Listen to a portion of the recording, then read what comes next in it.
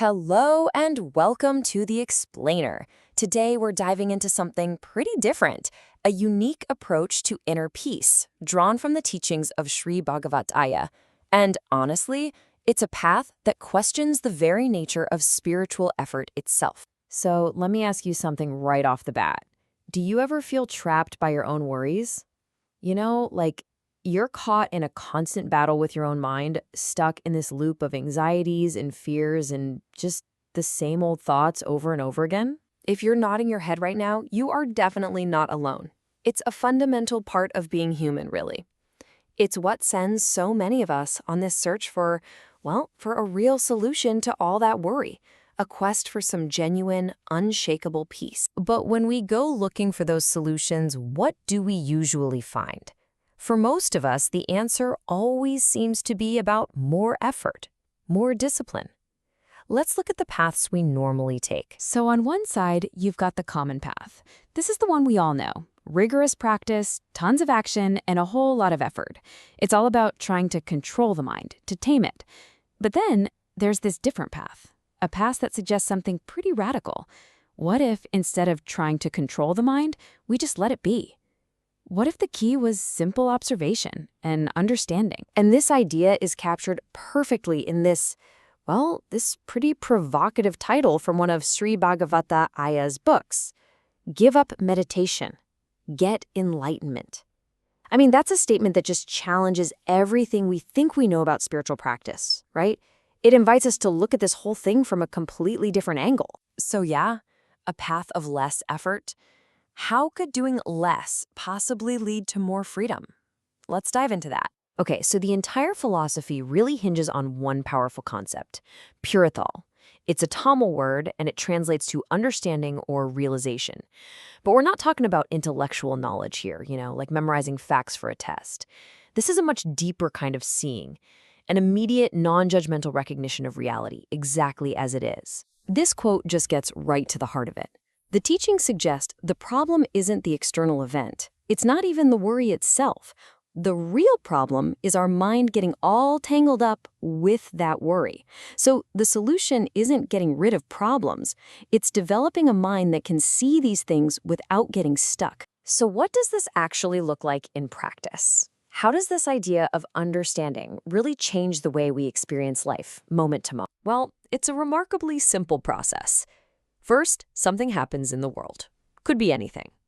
Second, your mind automatically reacts with worry, anger, fear, because that's what minds do. Now, here's the crucial part. Step 3. You simply see it. You just notice that reaction happening inside you. You don't judge it, you don't fight it, and you definitely don't try to force it away. And what happens? Well, that reaction, since it wasn't fueled by any more drama, just loses its power and drifts away, all on its own. The source texts use this beautiful metaphor. Think of your thoughts and feelings like a river that's always flowing. If you try to build a dam or fight the current, you just make a big, muddy mess. But if you just let it flow, it cleanses itself. All that mental dirt, our anxieties and worries, it just gets washed away naturally, in the current. No forceful scrubbing required. And here's the really big takeaway from all this. The doer is an illusion.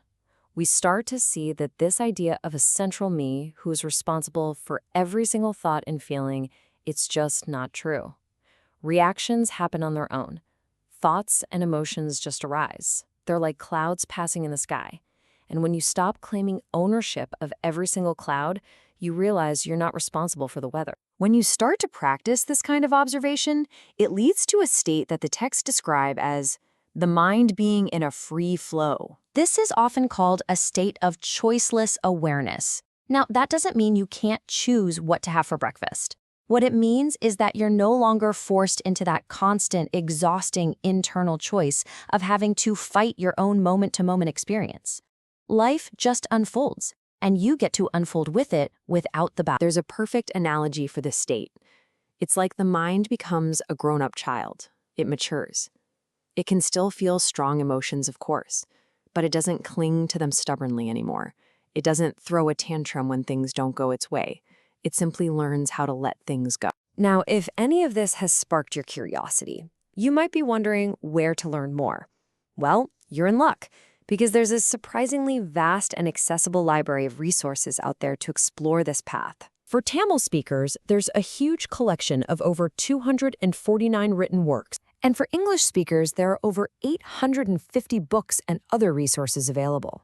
It's a massive library. And if you'd rather watch and listen, there are more than 159 videos, including talks and detailed Q&A sessions. The main point here is just how accessible all of this is. It doesn't matter if you speak Tamil or English, or if you prefer to read, watch, or listen.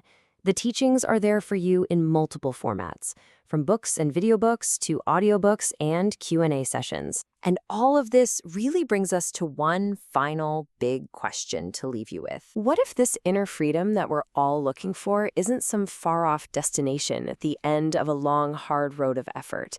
What if it's not something you have to achieve at all? But instead, what if it's already here, your natural state, just waiting quietly to be seen and to be understood?